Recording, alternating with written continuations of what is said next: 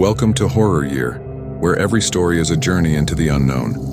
If you're brave enough to face your darkest fears and uncover the most chilling tales, you've come to the right place. So, dim the lights, turn up the volume, and subscribe to Horror Year. Your journey into terror begins now.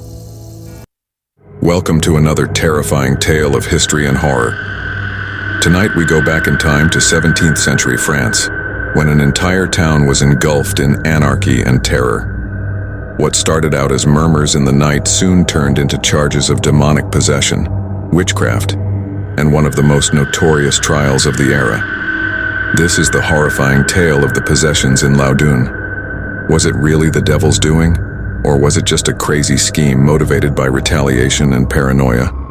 Come along as we solve the sinister mystery behind the demise of Father Robert Fournier and the Loudun nuns who were cursed. Late one night in 1632, Catherine woke up from a deep slumber at Loudun, France, to discover a man standing over her mat. The unknown guy wailed, urging her to pray with him.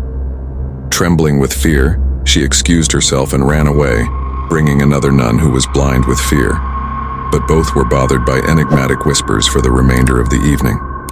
Catherine started to experience the phantasm during the day. Over the course of the following few days, he would sometimes implore her to pray.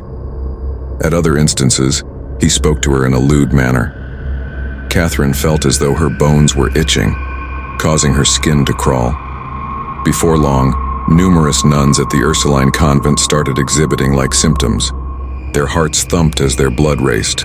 They experienced hallucinations. Voices pushed them toward immoral actions.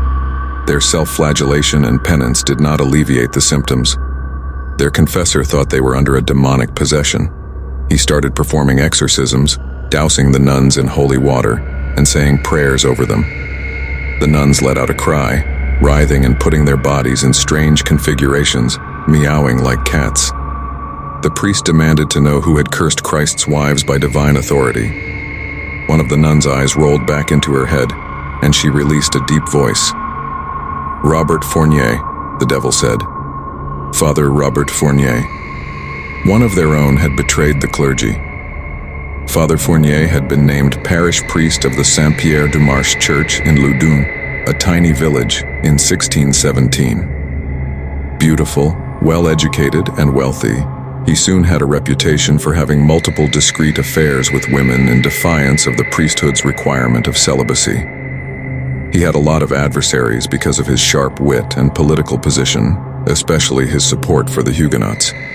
In the meantime, the Ursuline convent was founded in 1626, next to Loudun. For several reasons, it became a favored destination for daughters of noble families. Following the demise of the initial prioress, Sister Isabel was designated as the new superior. Her hunchback and ugly appearance had made marriage possibilities slim, but her goals drove her to manipulate her way up to the position of superior mother.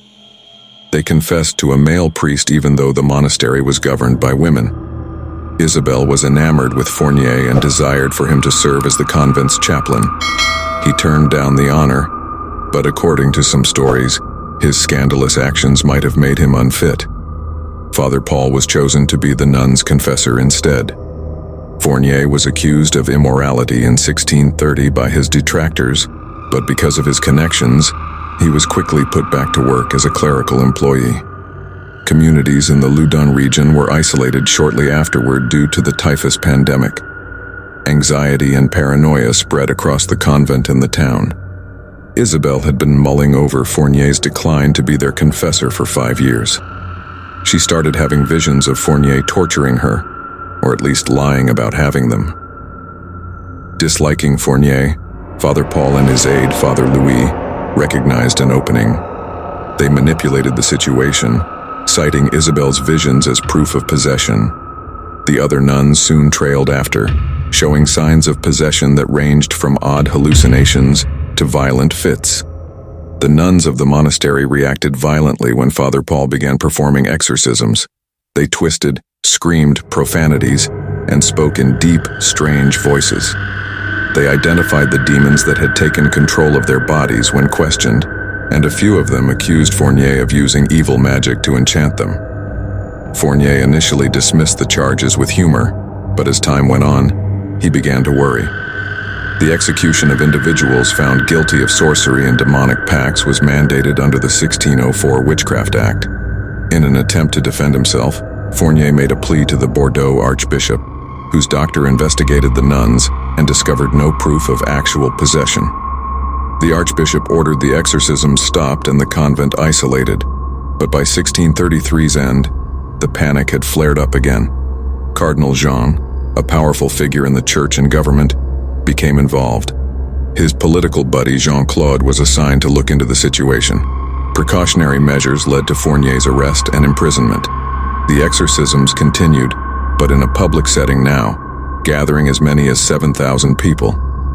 Public opinion turned against Fournier as a result of the nuns' lewd actions during the exorcisms, and many residents of the town became Catholics from Protestants. Concurrently, the commission that was looking into Fournier continued to level charges. They intercepted messages of encouragement from his allies and coerced him into. Claude came back in May 1634 bearing a royal proclamation that increased his authority and forbade him from getting involved in the case. Fournier's followers started to leave France for fear of being named as witches themselves. A purported agreement between Fournier and the devil came to light during the trial. The agreement, which was signed in blood and written in Latin with the names of Satan, Beelzebub, and other demonic characters, was allegedly taken from Lucifer's own cabinet. 72 nuns testified against Fournier, even though several of them, including Isabel herself, retracted their charges. Fournier was found guilty of sorcery and causing the Ursuline nuns to become possessed on August 18, 1634. He was to be executed by burning at the stake. Tortured to confess, Fournier refused to name accomplices even as his legs were broken. Fournier was not allowed to speak on the day he was executed. Before he could be mercifully strangled, friars soaked him with holy water to quiet him, and the fire was started. Fournier allegedly informed Father Louis he would see God within 30 days as the flames engulfed him. In less than a month, Father Louis passed away, fulfilling his prophecy. There was more to the curse. Several additional participants in the trial met sad ends within 5 years. Judges, doctors, and Father Louis all became insane or passed away in peculiar ways. Nevertheless, Isabel made a full recovery and journeyed across France, exhibiting signs of divine healing on her hand in the form of miraculous scars.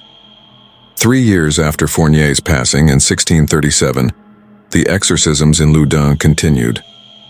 They had become a tourist attraction, but the show came to an end when Cardinal Jean stopped providing financial assistance, signing documents. Remaining one of history's most eerie cases, the Loudun possessions blurs the boundaries between politics, religion, and the paranormal. Despite Father Fournier's flaming demise, there appeared to be a lasting curse that sent him down a path of lunacy and bad luck.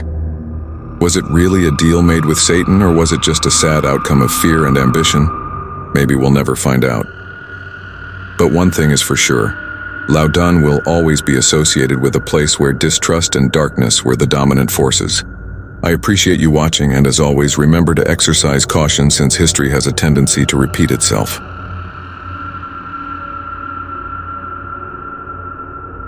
And that brings us to the end of today's delightful story. I really hope it had you on the edge of your seat. If you liked this story, I'd really appreciate it if you could hit that like button. It means a lot to me. And if you're new around here, feel free to subscribe. There's always an exciting surprise waiting just around the corner, and you won't want to miss it. Do you have a spooky story to share or a fun idea for our next tale? Feel free to share in the comments below. I'm really curious to know what gives you the creeps the most. And as always, take care, keep exploring. And remember, sometimes the most chilling tales are the ones left untold. Catch you in the next one, if you're up for it.